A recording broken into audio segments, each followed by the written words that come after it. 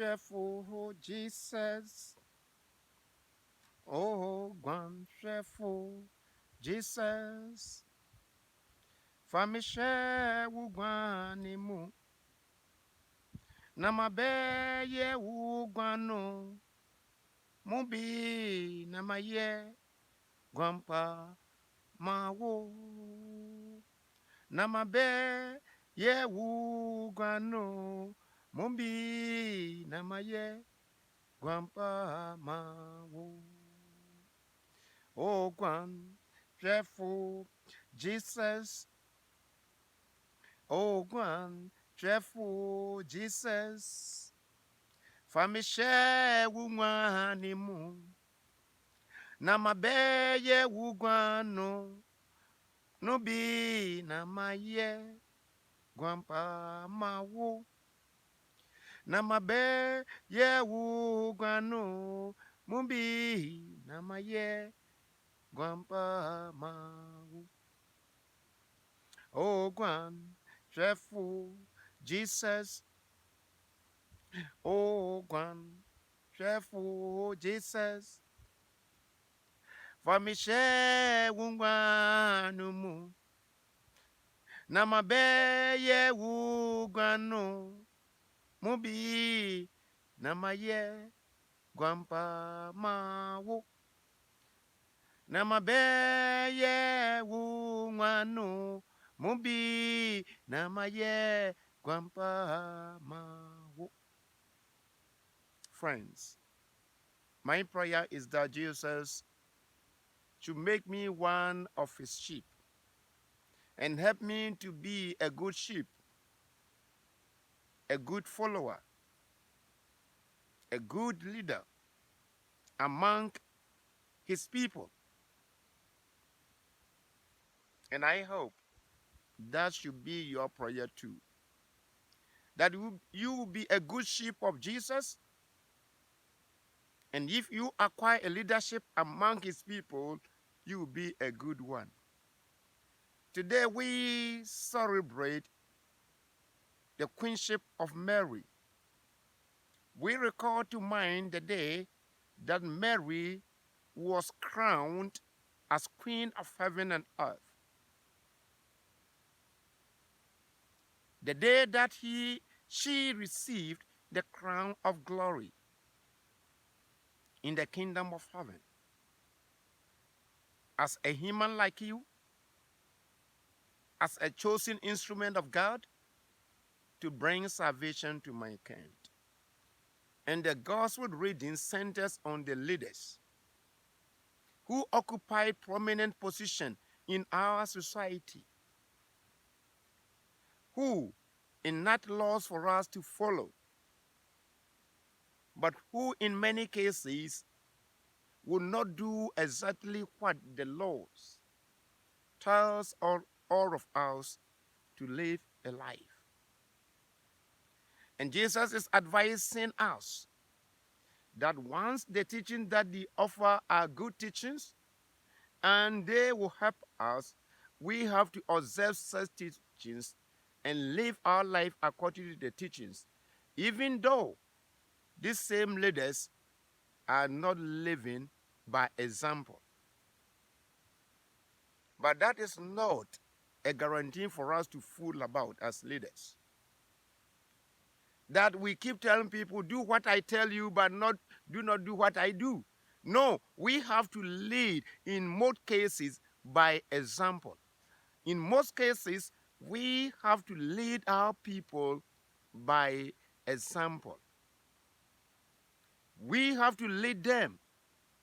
The good that we want them to do, we should begin to do that same good so that action speak louder than words. They will learn fast. You know? And when I say that, I'm saying this with regard to the teachings in our church, social teachings of the church, religious teachings of the church, economic teachings that we offer. You know, when you go to scripture, everything about human life is there in scripture. There are scripture passages that are about our economic way of life. There are some that are about our social ways of life, the way we relate to one another. There are some that talk about the way we govern people, you know, how to enact policies and how to enforce law and order in our society. There are some teachings here that are about our spiritual life to help us live as spiritual beings here on earth. And we have to teach all these ways. And we have to put them into practice ourselves so that whom we teach may follow our ways and our actions and do what we want everyone to do for the good of our nations, the good of our communities, and the good of our church. So, as a mother, I'm advising you teach your children by words and by example. You tell them that God is, you have to take them to church so that they listen to the words of God.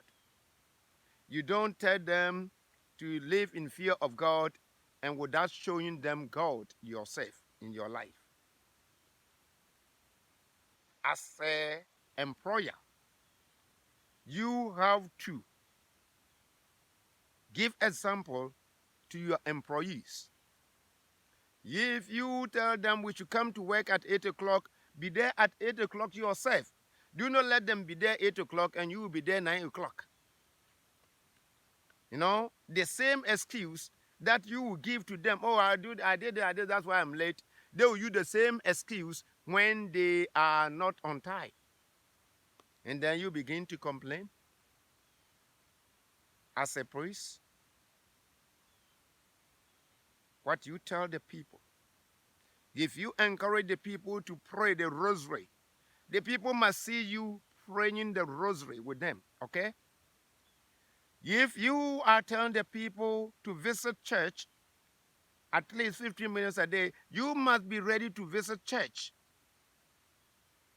If you tell them to observe the Station of the Cross, you must do same so that they see you doing it and they will do it. Okay? So go and read the Matthew Gospel of today, the Gospel of today. Jesus said, the scribes and the Pharisees and Sadducees have occupied the seats of Moses and the prophets. Do whatever, observe whatever they tell you, but do not do the wrong that they do. If I tell you what is good, what is right, what is just, listen and take note and put it into practice. If in any case you see me doing otherwise, first approach me. Don't say that Father said we should do this, but he is rather doing this, so I'll also do what he's doing. Maybe I have a problem. I'm struggling to do what I preach, but there's something I'm liking. I need your prayer. So when we see our priests doing exactly opposite of what they teach us to do, we should not copy them. We should approach them. We should listen and know. Maybe they may be able to tell us that I am struggling with this. I have a drinking problem. So I'm telling you, do not drink excessively. And I will tell you that, and then I go and drink excessively. And maybe we are having socialization, and you see me going for one drink after another, one beer after another, kind of beer after another. By the time we leave there, you have observed that I've taken maybe 12 cans of beer. And, I'm trying to find my way out. But I am the same person who might have told you, do not drink excessively. I, that day you should pray for me because my problem is with drinks. And I do go over my limit. But I'm telling you, do not drink excessively. Okay, so listen to the good advice, observe them. It is good for us to give you an example, use our life as an example for you to follow. But wherefore we are not able to do that, you should not leave the good and to live the bad way that we are living as leaders. And it's not a way out for you leaders to go and teach what is virtue and then live what is vice. If you have a problem, work about it. The best way that we can lead people of God is by ways and by deeds, by teachings and by our life itself, that we can lead people to God. May God help us to be good sheep and be good leaders among his sheep. Peace. And I love you.